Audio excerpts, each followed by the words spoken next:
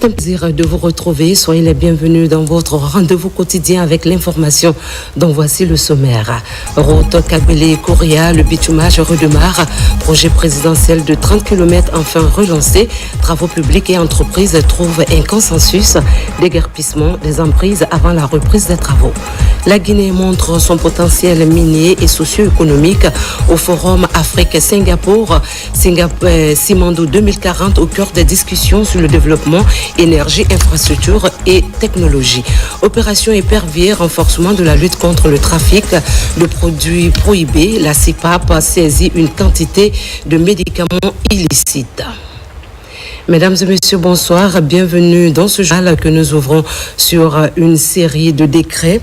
Décret D 2025-0167 PRG CNRD SGG portant attribution et organisation du ministère de l'hydraulique et des hydrocarbures. Le président de la République, vu la charte de la transition, décrète. Chapitre 1. Mission et attribution. Article 1er, le ministère de l'hydraulique et des hydrocarbures a pour mission la conception, l'élaboration et la mise en œuvre de la politique du gouvernement dans les domaines de l'hydraulique, des hydrocarbures et de l'assainissement et d'en assurer le suivi. À ce titre, il est particulièrement chargé de élaborer les textes législatifs et réglementaires en matière d'hydraulique, d'hydrocarbures et de l'assainissement et de veiller à leur application.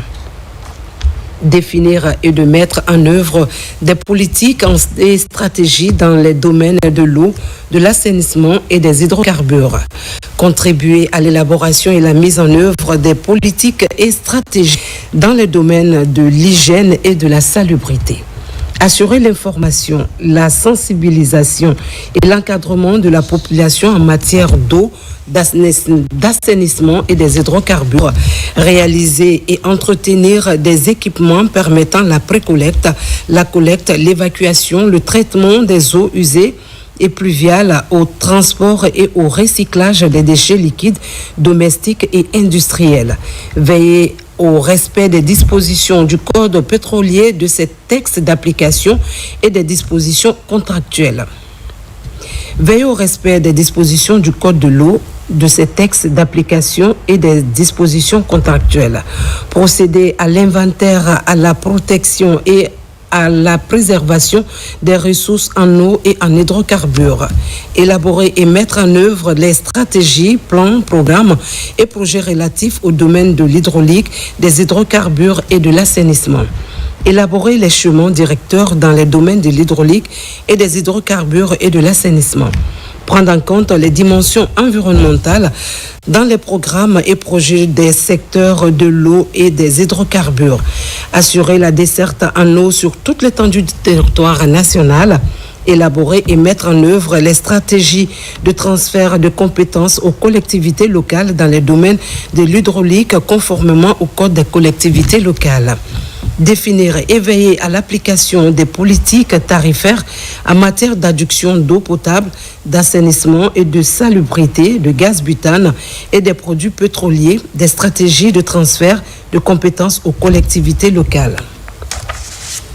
Participer à la supervision de l'administration pétrolière, promouvoir la bonne gouvernance et la transparence dans les secteurs de l'hydrocarbure et des hydrocarbures, promouvoir la recherche pétrolière et gazière, veiller à l'approvisionnement des populations en produits pétroliers et dérivés de qualité, veiller à la structure du prix des produits pétroliers et au bon fonctionnement du système de péréquation dans le cadre de l'homologation des prix des produits pétroliers et dérivés sur toute l'étendue du territoire national.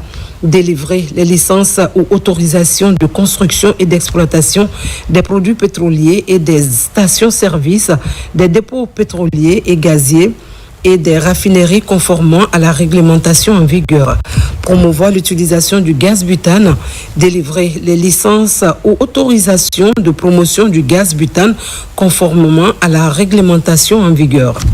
Coordonner, impulser et assurer le suivi des programmes et projets de développement dans le cadre de la coopération sous-régionale et régionale, organiser des rencontres traitant des questions relatives au domaine d'activité du ministère et d'y participer. Prendre en compte les dimensions éthiques, genre et équité dans les activités du ministère. Prendre en compte la dimension environnementale et sociale dans la mise en œuvre des programmes et projets du ministère. Article 2.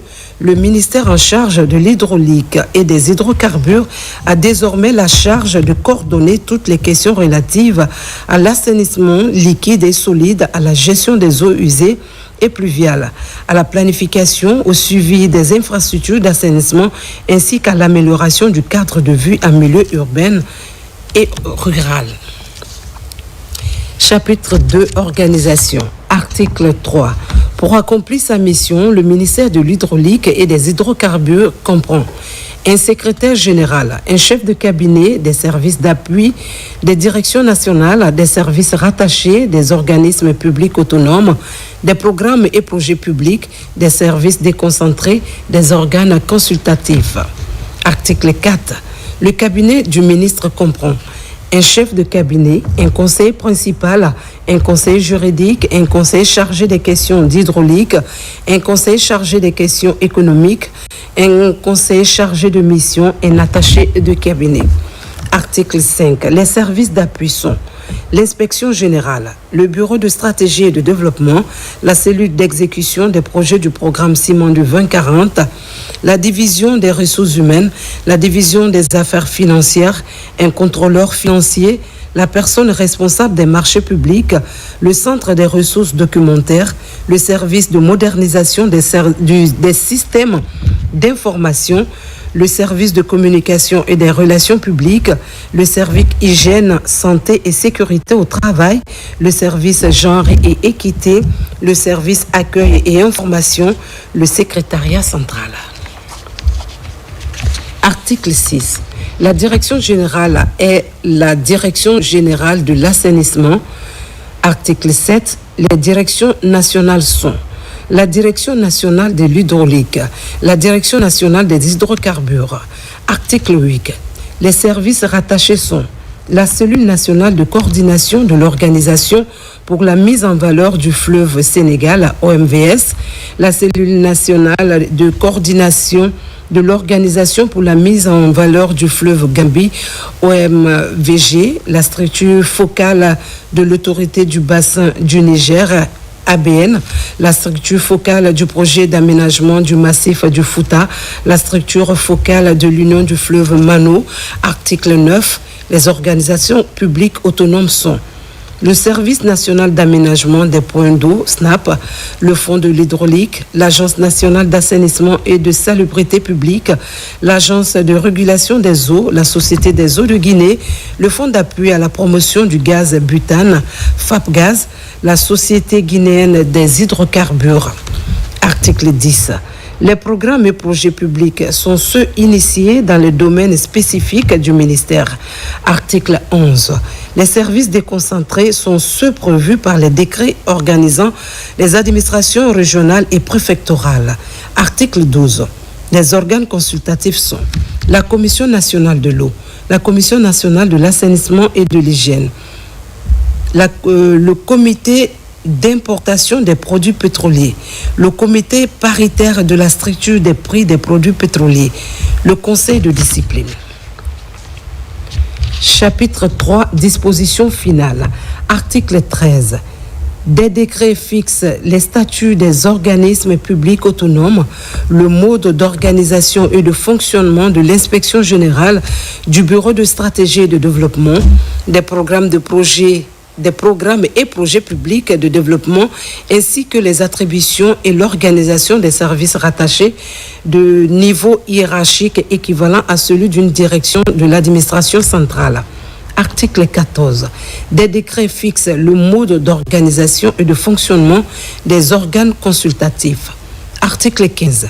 Des arrêtés du ministre en charge de l'hydraulique et des hydrocarbures fixent les attributions et l'organisation des directions nationales et équivalents ainsi que les attributions de l'organisation des services rattachés et services d'appui de niveau hiérarchique équivalent à celui d'une division ou d'une section de l'administration centrale. Article 16. Des arrêtés conjoints du ministre en charge de l'hydraulique et des hydrocarbures et du ministre en charge de la fonction publique fixent l'organisation et le fonctionnement des services déconcentrés. Article 17. Le présent décret qui abroge toute disposition antérieure contraire prend effet à compter de la date de sa signature et sera enregistré et publié au journal officiel de la République, Conakry le 27 août 2025, signé général Mamadi Doumbouya. Décret D 2025-0168 PRG CNRD SGG portant attribution et organisation du ministère du Commerce. Le président de la République, vu la charte de transition, décrète article 1, mission et attribution. Article 1er. Le ministère du Commerce a pour mission la conception, l'élaboration et la mise en œuvre de la politique du gouvernement dans le domaine du commerce et d'en assurer le suivi. À ce titre, il est particulièrement chargé de élaborer les textes législatifs et réglementaires en matière de commerce et de veiller à leur application, élaborer et mettre en œuvre les stratégies, plans, programmes et projets relatifs à la promotion et au développement du commerce. Veiller au respect de l'application des règles en matière de concurrence, de prix, des poids et mesures, de contrôle de qualité et de sécurité alimentaire. Établir et développer des partenariats dans le domaine du commerce. Promouvoir l'entrepreneuriat, la créativité et l'innovation dans le domaine du commerce. Participer aux négociations relatives aux conventions, accords et protocoles dans tous les domaines d'activité économique. Participer à l'élaboration et à la mise en œuvre d'une réglementation en matière d'urbanisme commercial. Organiser des rencontres traitant des questions relatives au domaine d'activité du ministère et d'y participer.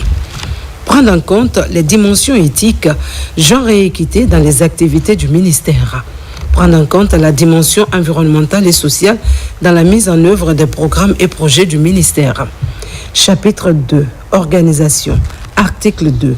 Pour accomplir sa mission, le ministère du Commerce comprend un secrétaire général, un cabinet, des services d'appui, des directions nationales, des services rattachés, des organismes publics autonomes, des programmes et projets publics, des services déconcentrés, des organes consultatifs.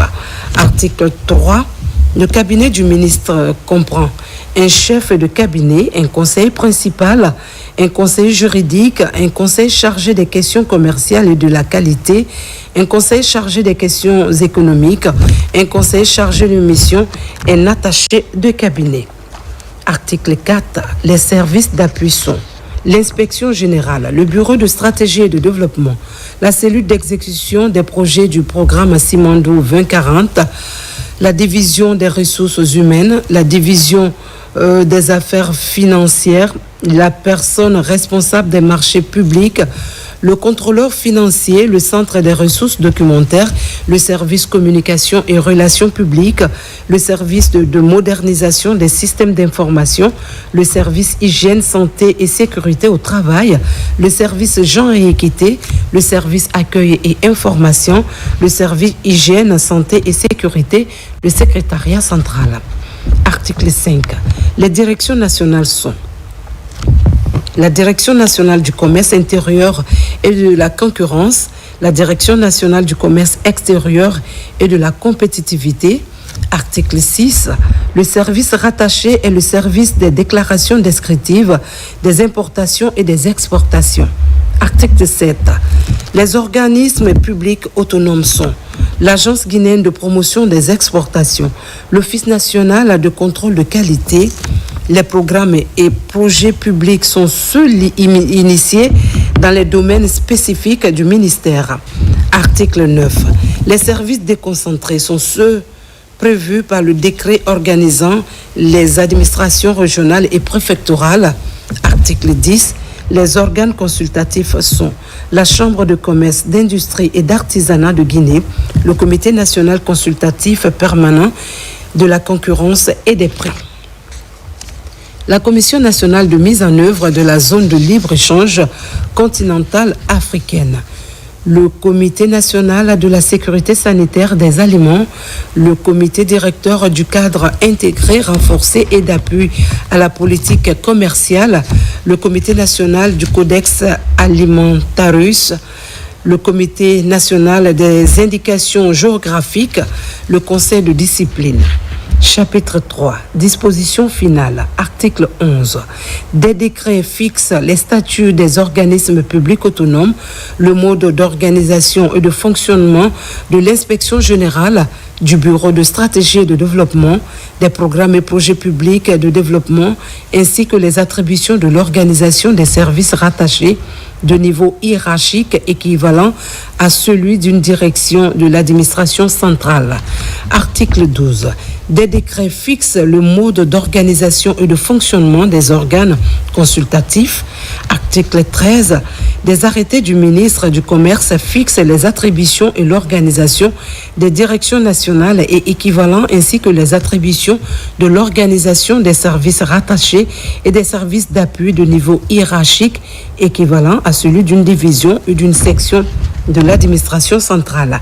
Article 14. Des arrêtés conjoints du ministre en charge du commerce et du ministre en charge de la fonction publique fixent l'organisation et le fonctionnement des services déconcentrés. Article 15. Le présent décret qui abroge toute disposition antérieure contraire prend effet à compter de la date de sa signature et sera enregistré et publié au journal officiel de la République, Conakry le 27 août 2025, signé Général Mamadi Doumbouya. Décret D 2025-0169 PRG CNRD SGG portant attribution et organisation du ministère de l'Industrie et des petites et moyennes entreprises. Le président de la République, vu la charte de transition, décrète article 1, mission et attribution. Chapitre 1, mission et attribution. Article 1er. Le ministère de l'Industrie et des petites et moyennes entreprises a pour mission la conception, l'élaboration et la mise en œuvre de la politique du gouvernement dans les domaines de l'industrie, des petites et moyennes entreprises et d'en assurer le suivi. À ce titre, il est particulièrement chargé de élaborer les textes législatifs et réglementaires en matière d'industrie, de petites et moyennes entreprises, de contenu local, d'investissement privé, de partenariat public-privé et de veiller à leur application. Élaborer et mettre en œuvre les stratégies, plans, programmes et projets relatifs à la promotion et au développement de l'industrie, des petites et moyennes entreprises, des investissements privés, des partenariats publics, privés et du contenu local. Veiller au respect des dispositions de la loi relative au contenu local, veiller à la mise en œuvre de la politique nationale de développement industriel, veiller à l'application de la réglementation en matière d'implantation et d'exploitation des unités industrielles, mettre en œuvre la politique nationale qualité en matière de normalisation, de certification, d'essai, d'accréditation et de métrologie. Veiller au respect du système qualité au sein des entreprises industrielles et des petites et moyennes entreprises. Établir et développer des partenariats dans les domaines de l'industrie et des petites et moyennes entreprises. Mettre en place des dispositifs d'accompagnement pour les petites et moyennes entreprises et industries. Promouvoir l'entrepreneuriat, la créativité et l'innovation dans les domaines de l'industrie et des petites et moyennes entreprises, participer aux négociations relatives aux conventions, accords et protocoles dans tous les domaines d'activité économique, participer à l'élaboration de la réglementation en matière d'urbanisme industriel, Veiller à l'application du Code des investissements et évaluer son impact sur l'économie nationale. Améliorer la compétitivité du pays pour accroître l'attractivité de la Guinée. Encourager la création et le développement d'institutions et d'instruments financiers adaptés au financement de l'investissement. Soutenir les projets et programmes d'investissement et des partenariats publics-privés d'intérêt stratégique initiés par d'autres ministères. Assurer le montage, le pilotage, le suivi et l'évaluation des projets d'investissement et des partenariats publics et privés en relation avec les autorités contractantes et de veiller à leur mise en œuvre. Veiller à l'amélioration continue de l'environnement des affaires. Intégrer la propriété intellectuelle dans les stratégies sectorielles de développement, promouvoir la créativité et les innovations technologiques, assurer la protection des droits de propriété industrielle, participer à la création de parcs et zones de développement industriel et de petites et moyennes entreprises, prendre en compte les dimensions éthiques, genre et équité dans les activités du ministère, prendre en compte la dimension environnementale et sociale dans la mise en œuvre des programmes et projets du ministère. Organiser des rencontres traitant des questions relatives au domaine d'activité du ministère et d'y participer. Chapitre 2. Organisation. Article 2. Pour accomplir sa mission, le ministère de l'Industrie et des petites et moyennes entreprises comprend un secrétaire général, un cabinet, des services d'appui, des directions nationales, des services rattachés, des organismes publics autonomes, des programmes et projets publics, des services déconcentrés, des organes consultatifs. Article 3. Le cabinet du ministre comprend un chef de cabinet, un conseiller principal, un conseiller juridique, un conseiller chargé des questions industrielles et des investissements privés, un conseiller chargé des questions de PME et du contenu local. Un conseiller chargé de mission, un attaché de cabinet. Article 4. Les services d'appui sont l'inspection générale, le bureau de stratégie et de développement, la cellule d'exécution des projets du programme Simando 2040, la division des ressources humaines, la division des affaires financières, la personne responsable des marchés publics, le contrôleur financier, le centre des ressources documentaires, le service communication et relations publiques, le service de modernisation des systèmes d'information, le service hygiène, santé et sécurité au travail, le service genre et équité, le service accueil et information, le secrétariat central. Article 5. Les directions nationales sont la Direction nationale de l'industrie, la Direction nationale des petites et moyennes entreprises et du contenu local. Article 6. Les services rattachés sont le service de la propriété industrielle et de l'innovation technologique, l'Observatoire national de la compétitivité du pays, ONCP, l'Agence autonome d'assistance intégrée aux entreprises, 3AE, la Direction des partenariats publics privés, DPPP. Article 7. Les organismes publics autonomes sont l'Agence de promotion des investissements privés, APIP Guinée, l'Agence d'aménagement et de gestion des parcs industriels de Guinée, AGESPI, le Centre pilote de technologie industrielle, CPTI, le Fonds de développement industriel et des PME, FODIP, le Fonds de garantie des prêts des entreprises, FGPE, l'Institut guinéen de normalisation et de métrologie, IGNM. Article 8. Les programmes et projets publics sont ceux initiés dans les domaines spécifiques du ministère. Article 9. Les services déconcentrés sont ceux prévus par le décret organisant les administrations régionales et préfectorales.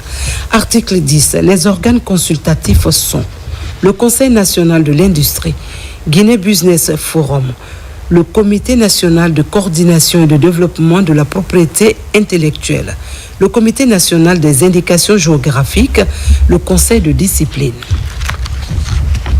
Chapitre 3, disposition finale. Article 11. Des décrets fixent les statuts des organismes publics autonomes, le mode d'organisation et de fonctionnement de l'inspection générale du Bureau de stratégie et de développement, des programmes et projets publics de développement ainsi que les attributions de l'organisation des services rattachés de niveau hiérarchique équivalent à celui d'une direction de l'administration centrale. Article 12. Des décrets fixent le mode d'organisation et de fonctionnement des organes consultatifs. Article 13. Des arrêtés du ministre de l'Industrie et des petites et moyennes entreprises fixent les attributions et l'organisation des directions nationales et équivalents ainsi que les attributions de l'organisation des services rattachés et services d'appui de niveau hiérarchique équivalent à celui d'une division ou d'une section de l'administration centrale. Article 14. Des arrêtés conjoints du ministre en charge de l'industrie et des petites et moyennes entreprises et du ministre en charge de la fonction publique fixent l'organisation et le fonctionnement des services déconcentrés. Article 15. Le présent décret qui abroge toute disposition antérieure contraire prend effet à compter de la date de sa signature et sera enregistré et publié au journal officiel de la République, Conakry, le 27 août 2025, signé Général Mamadi Doumbouya. Décret D 2025-0170 PRG CNRD SGG portant attribution et organisation du ministère de l'Énergie. Le président de la République a vu la charte de transition décrète. Article 1, mission et attribution. Chapitre 1, mission et attribution. Article 1er, le ministère de l'Énergie a pour mission la conception, l'élaboration et la mise en œuvre de la politique du gouvernement dans le domaine de l'énergie et d'en assurer le suivi. À ce titre, il est particulièrement chargé de élaborer les textes législatifs et réglementaires en matière d'énergie et de veiller à leur application. Procéder à l'inventaire, à la protection et à la préservation des ressources énergétiques. Élaborer les stratégies, plans, programmes et projets dans le domaine de l'énergie. Élaborer les schémas directeurs dans le domaine de l'énergie, prendre en compte la dimension environnementale dans les programmes et projets du secteur de l'énergie, assurer la desserte en électricité sur toute l'étendue du territoire national, élaborer et mettre en œuvre les stratégies de transfert de compétences aux collectivités locales dans le domaine de l'énergie conformément au Code des collectivités locales. Encourager et soutenir les initiatives ou les projets de transformation des déchets en énergie. Promouvoir la recherche et l'utilisation des énergies renouvelables. Promouvoir les économies d'énergie et l'efficacité énergétique. Promouvoir la bonne gouvernance et la transparence dans le secteur de l'énergie. Promouvoir le genre et l'équité dans les activités du ministère. Coordonner, impulser et assurer le suivi des programmes et projets de développement dans le cadre de la coopération sous-régionale et régionale. Organiser des rencontres traitant des questions relatives au domaine d'activité du ministère et d'y participer. Prendre en compte les dimensions éthiques, genre et équité dans les activités du ministère. Prendre en compte la dimension environnementale et sociale dans la mise en œuvre des programmes et projets du ministère. Chapitre 2. Organisation. Article 2. Pour accomplir sa mission, le ministère de l'Énergie comprend un secrétaire général, un chef de cabinet, des services d'appui, des directions nationales, des organismes publics autonomes, des programmes et projets publics, des services déconcentrés, des organes consultatifs. Article 3. Le cabinet du ministre comprend un chef de cabinet, un conseiller principal, un conseiller juridique, un conseiller économique, un conseiller chargé des questions d'infrastructure et institutionnelles, un conseiller chargé de mission et un attaché de cabinet. Article 4. Les services d'appui sont l'inspection générale, le bureau de stratégie et de développement, la cellule d'exécution des projets du programme Simondo 2040, la division des ressources humaines, la division des affaires financières, le service des affaires juridiques, un contrôleur financier, la personne responsable des marchés publics, le centre des ressources documentaires, le service de modernisation des systèmes d'information, le service de communication et des relations publiques, le service hygiène, santé et sécurité au travail, le service genre et équité, le service accueil et information, le secrétariat central. Article 5. Les directions nationales sont la Direction nationale des énergies renouvelables, la Direction nationale des énergies conventionnelles. Article 6. Les organismes publics autonomes sont l'Agence de la maîtrise de l'énergie, l'Agence nationale des énergies renouvelables, l'Agence guinéenne d'électrification rurale, la Société de gestion et d'exploitation de Swapiti, la Société électricité de Guinée. Article 7. Les programmes et projets publics sont ceux initiés dans les domaines spécifiques du ministère. Article 8. Les services déconcentrés sont ceux prévus par les décrets organisant les administrations régionales et préfectorales. Article 9. Les organes consultatifs sont le Conseil national de l'énergie, le Conseil de discipline. Chapitre 3. Disposition finale. Article 10. Des décrets fixent les statuts des organismes publics, le mode d'organisation et de fonctionnement de l'inspection générale, du bureau de stratégie et de développement, des programmes et projets publics de développement, ainsi que les attributions de l'organisation des services rattachés de niveau hiérarchique équivalent à celui d'une direction de l'administration centrale. Article 11. Les décrets fixent le mode d'organisation et de fonctionnement des organes consultatifs. Article 12. Des arrêtés du ministre en charge de l'énergie fixent les attributions et l'organisation des directions nationales et équivalents, ainsi que les attributions et l'organisation des services rattachés et des services d'appui de niveau hiérarchique équivalent à celui d'une division ou d'une section de l'administration centrale. Article 13.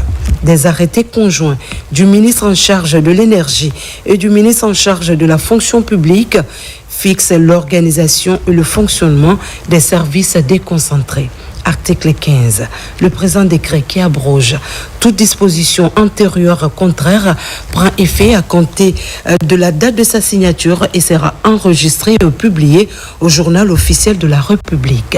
Conakry, le 27 août 2025, signé Général Mamadi Doumbouya. Les travaux de bitumage de la route Kagbele-Kouria, longtemps interrompus, reprennent. Un consensus a été trouvé entre le ministère et les entreprises avec comme première étape le déguerpissement des emprises. Aboubakar Junior Camara pour en savoir un peu plus. L'un des facteurs qui ralentit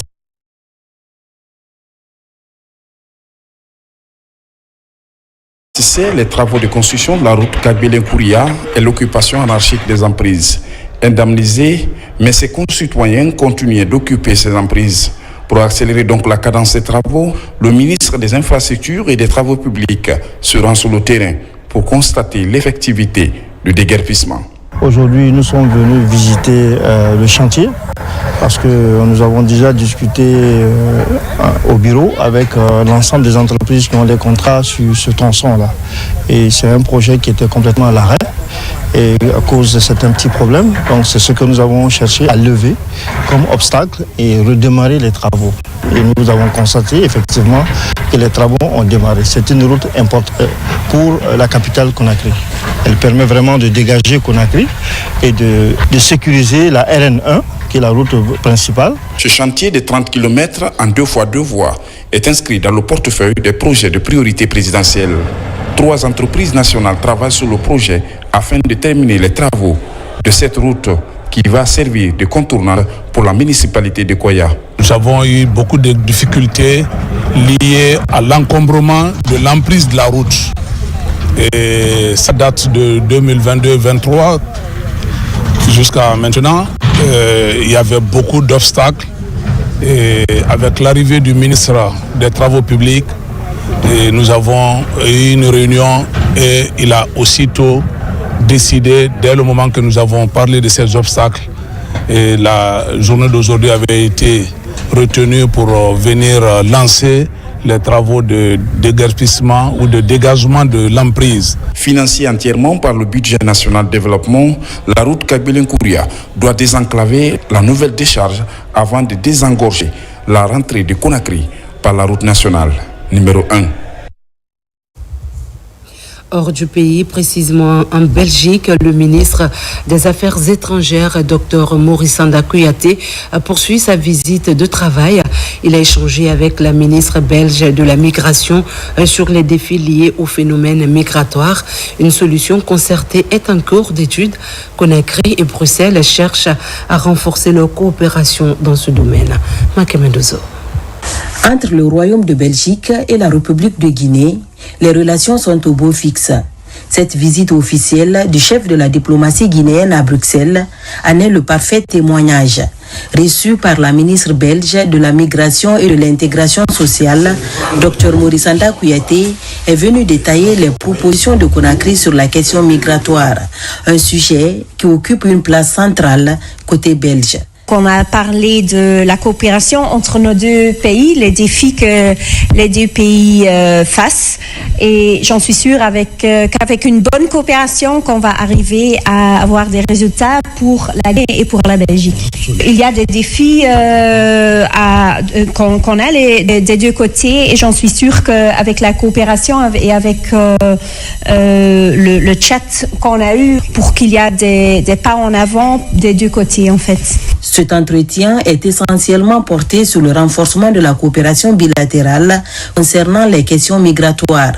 Le ministre Kouyaté a réaffirmé la disponibilité de l'État guinéen à travailler de façon concertée avec la Belgique dans le respect des textes et de la dignité des compatriotes. Le problème sur la migration, c'est que nous sommes en train en Guinée de renverser la situation avec le programme Simandou 2040 que j'ai décrit à Madame la ministre. Aujourd'hui, on a beaucoup plus d'action des Guinéens qui viennent pour s'insérer dans ce grand programme. Donc nous avons besoin de nos ressources humaines. Nous ne voulons pas qu'elles partent. Et celles qui sont parties, nous voulons les attirer pour qu'elles reviennent.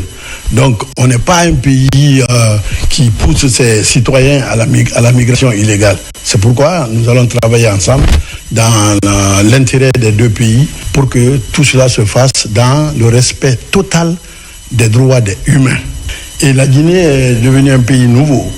Ah oui. Qui a choisi une nouvelle vision avec le président de la République, le général Mamadi Doumbouya. Et je suis sûr et certain que la Guinée va encore continuer à monter plus haut dans la coopération internationale sous son leadership. La ministre belge a salué ce déplacement du chef de la diplomatie guinéenne pour Bruxelles afin de débattre des défis auxquels les deux pays font face, notamment la migration irrégulière. A ajouté que le chef de la diplomatie a également échangé avec l'avocat et les autorités belges sur la situation de l'ex-ambassadrice Madame Doucouré Aïssatou. La Guinée brille au Forum Afrique-Singapour en mettant en lumière ses recherches minières et le programme Simandou 2040. Le pays saisit cette vitrine internationale pour promouvoir ses ressources naturelles et son potentiel de développement socio-économique durable. Du 26 au 28 août 2025, la Guinée a marqué de son empreinte le Forum Afrique-Singapour, un événement stratégique dédié à la stimulation des échanges commerciaux et des partenariats entre l'Afrique et l'Asie.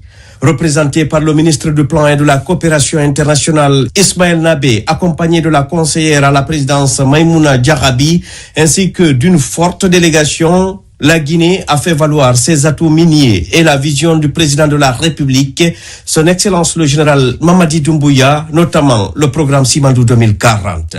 La Guinée a saisi cette occasion qui a réuni acteurs publics et privés autour de discussions sur divers secteurs clés, notamment l'énergie, les infrastructures, la logistique, l'agriculture et la technologie, pour mettre en avant ses ressources naturelles et son potentiel de développement socio-économique durable et responsable, en particulier grâce au programme Simandou 2040.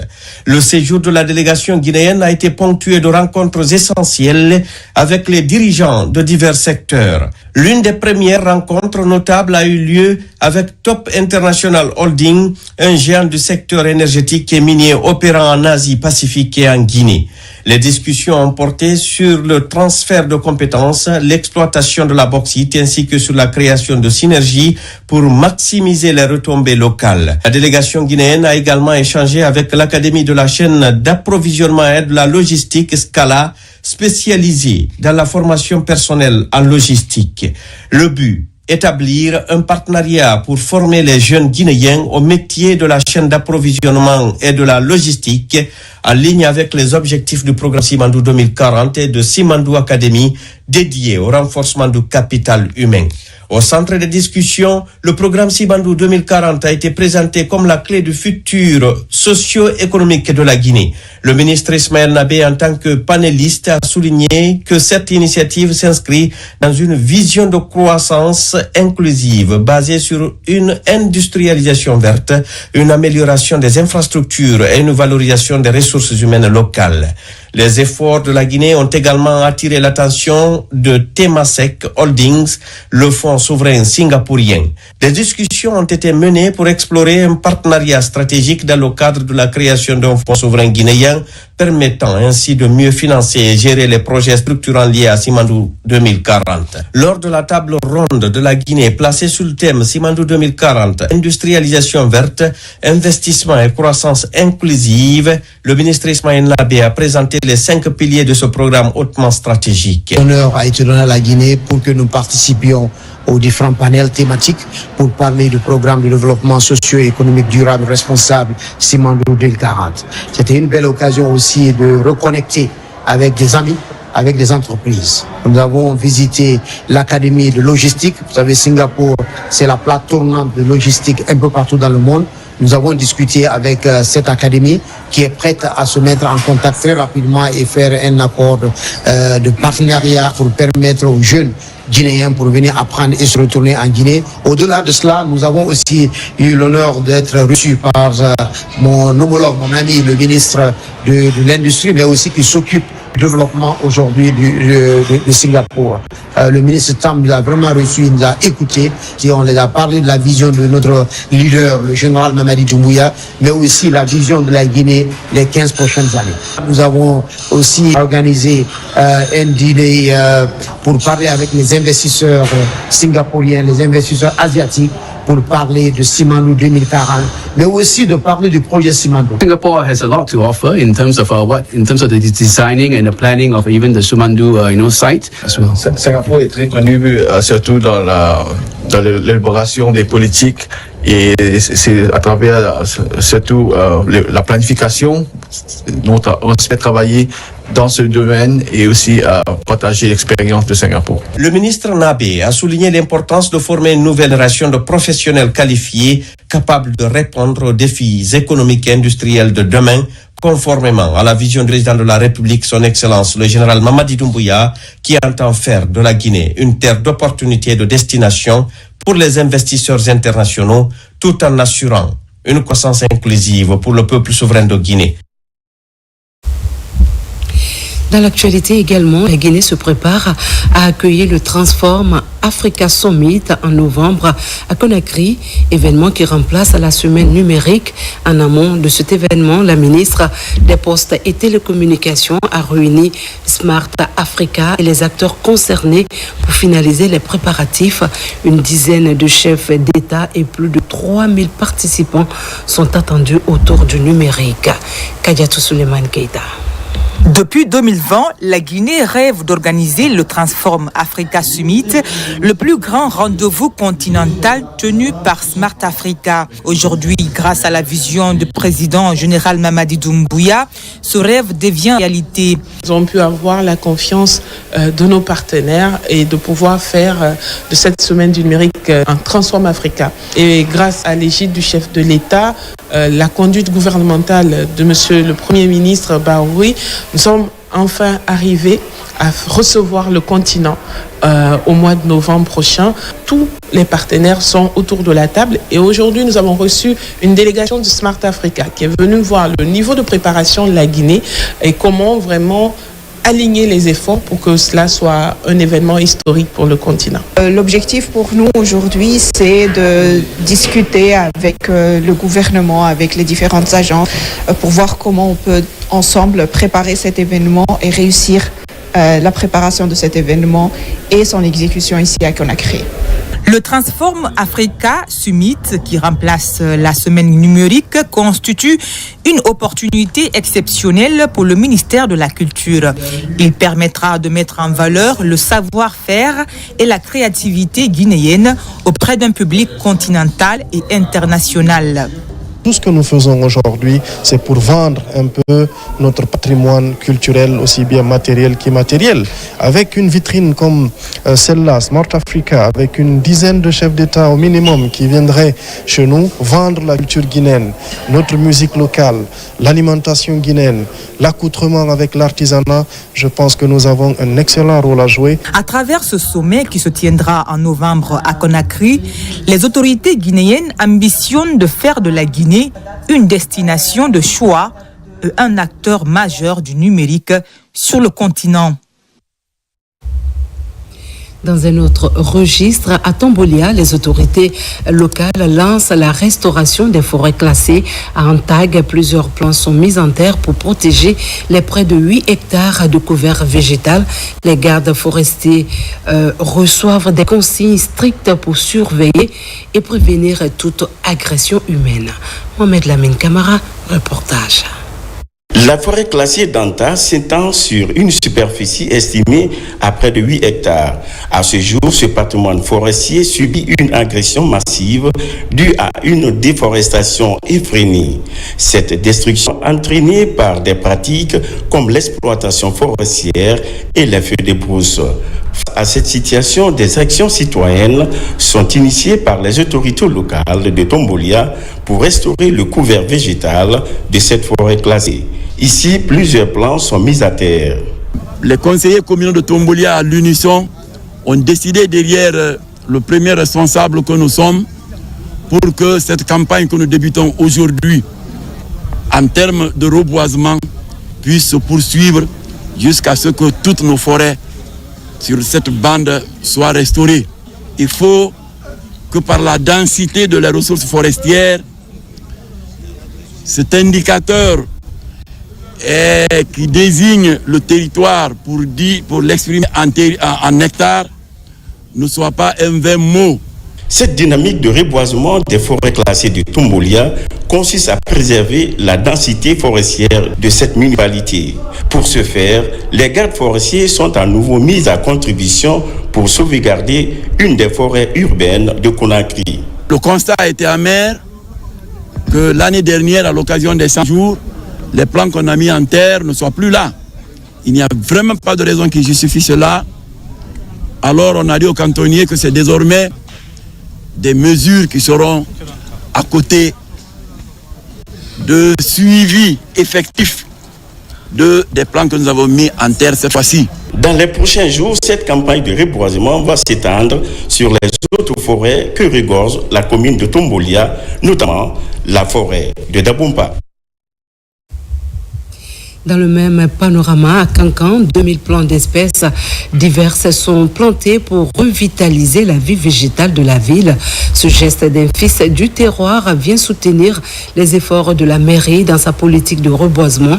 Le plan de riposte vise à restaurer le couvert végétal dans les 57 quartiers de Nabaya et à intensifier la lutte contre le réchauffement climatique. Djamokaba.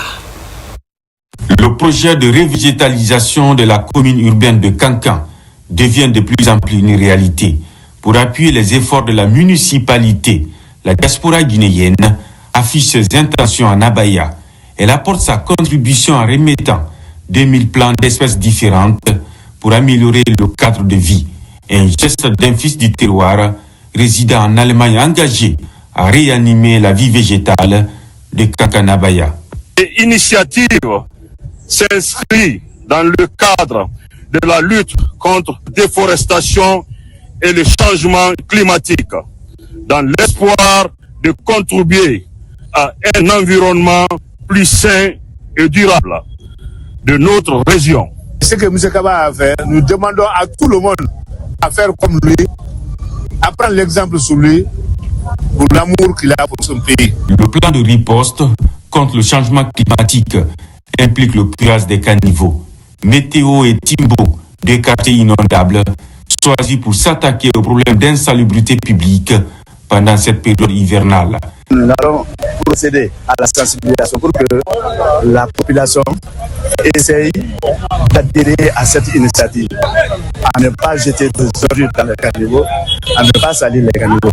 Nettoyer, c'est bon, mais à ne pas salir, c'est encore plus meilleur.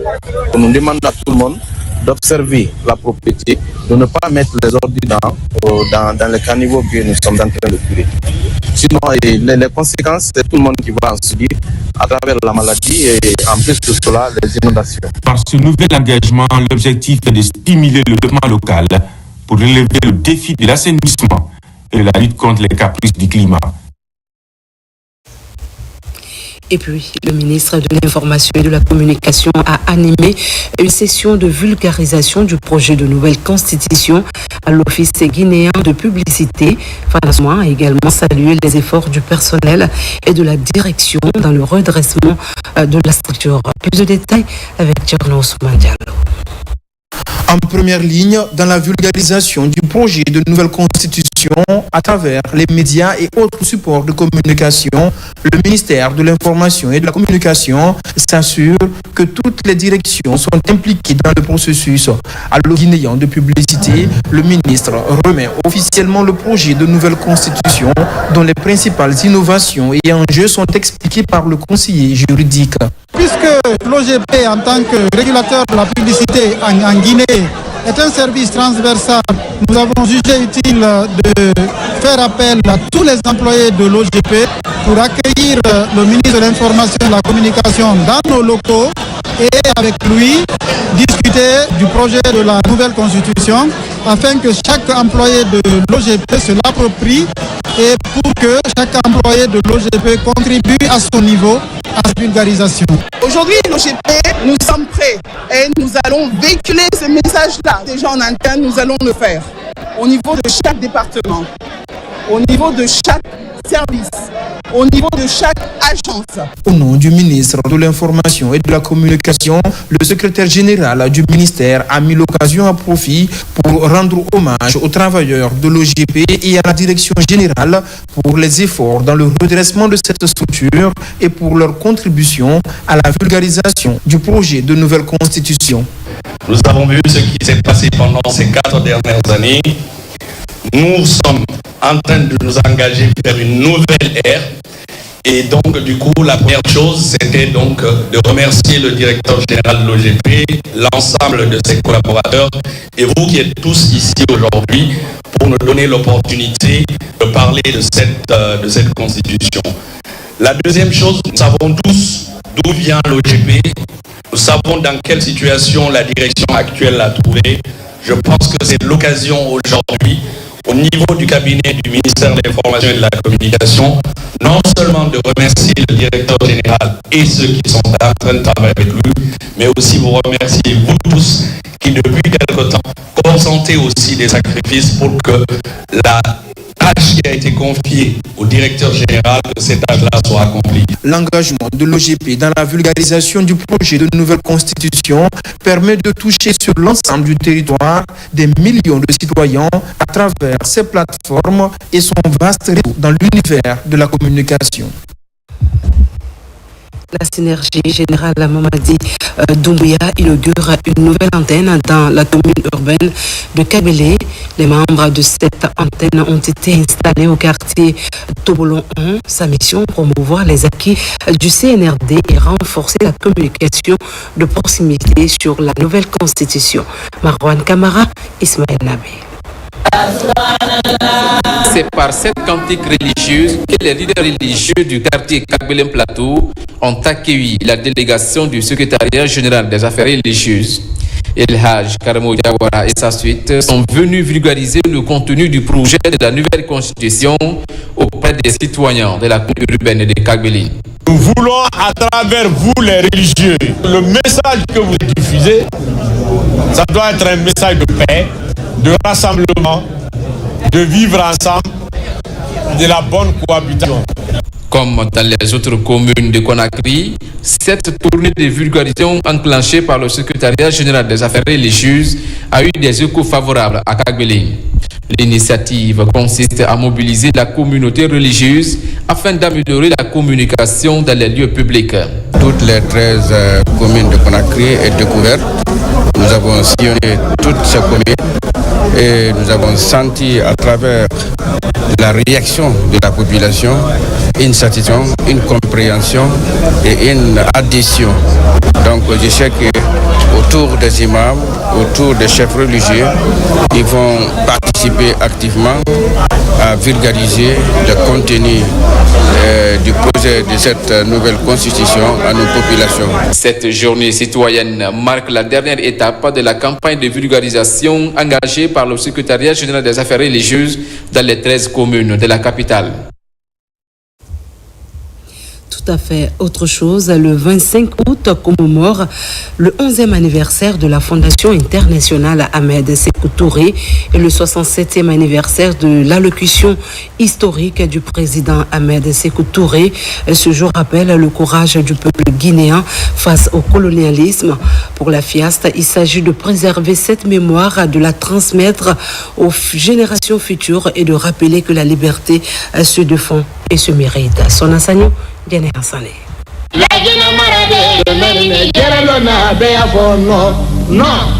Le 25 août, une date symbolique pour la Guinée. Il y a 67 ans, elle marquait un tournant vers l'indépendance. C'est dans l'enceinte des cases de Bellevue que la Fondation internationale Ahmed Sékou Touré pour la paix a célébré dans le recueillement et la fierté son 11e anniversaire et la 67e année de l'allocution historique du président Ahmed Sékou Touré. Ce jour-là, il prononce un discours qui marquera jamais l'histoire africaine. Nous avons quant à nous un premier et indispensable besoin, celui de notre dignité. Or, il n'y a pas de dignité sans liberté, car tout assujettissement, toute contrainte imposée et subie dégrade celui sur qui elle pèse, lui retire une part de sa qualité d'homme et en fait arbitrairement un être inférieur. On a fait remuer en fait le cœur de la nouvelle génération pour leur faire apprendre l'héritage que nos ancêtres nous ont laissé, de ne jamais oublier à leurs œuvres. En ce jour de reconnaissance, la FIAST a réaffirmé son engagement à défendre la mémoire du président Ahmed Sékou Touré et à promouvoir ses idéaux, paix, dignité et souveraineté. Cette lutte ayant pris ses racines dans le syndicalisme, regroupa inexorablement des forces ouvrières, talon d'Achille d'une organisation mouvementée qui débouche sur la formation de notre parti politique, le PDG RDA, section guinéenne du RDA. La Fondation a également salué les efforts constants du président Mamadi Doumbouya pour la paix et l'amélioration des conditions de vie des Guinéens. Nous vous amenons à Forêt-Caria où la construction de 2 centres de santé améliorés a été lancée dans la sous-préfecture de Moussaya et Pamalap. Cette initiative du ministère de la Santé vise à rapprocher les services de soins des populations à travers tout le pays. La ministre de la Promotion féminine, de l'enfance et des personnes vulnérables a posé la première pierre avec un délai de réalisation fixé à 12 mois. Tcherno Maroufba, Sidiki Sissé, reportage.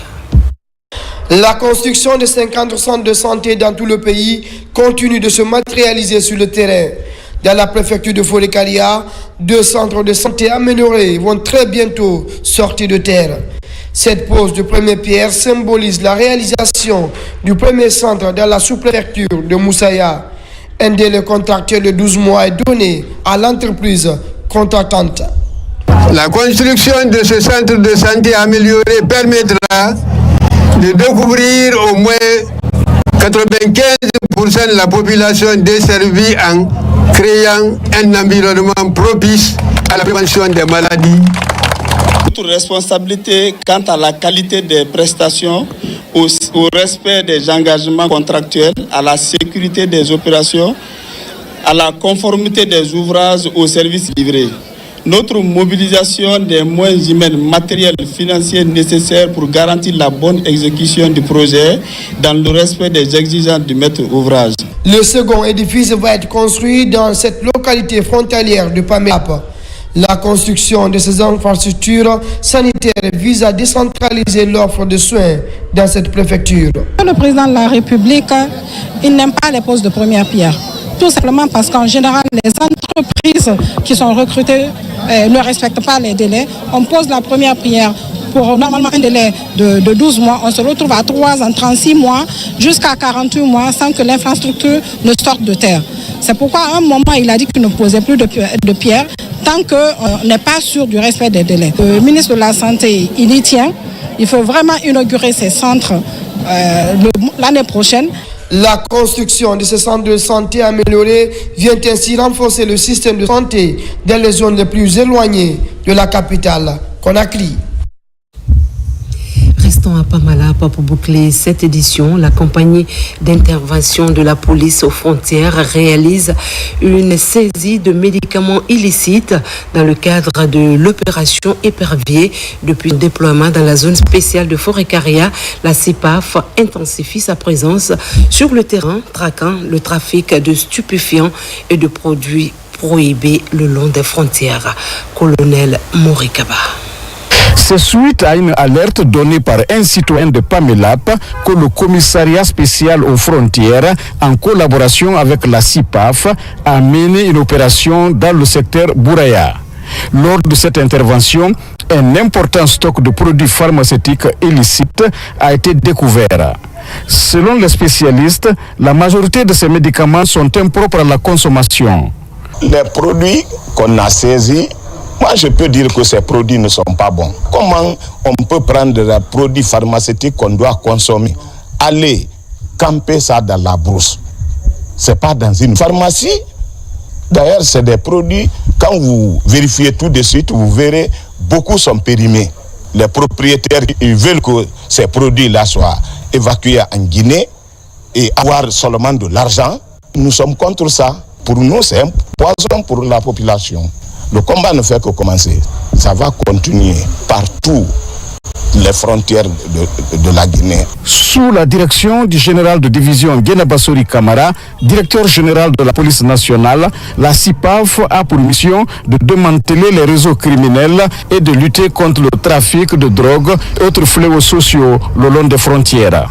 Nous sommes très déterminés à n'importe quel moment, que ce soit la nuit, la pluie ou le soleil, nous sommes prêts à bondir sur le lieu.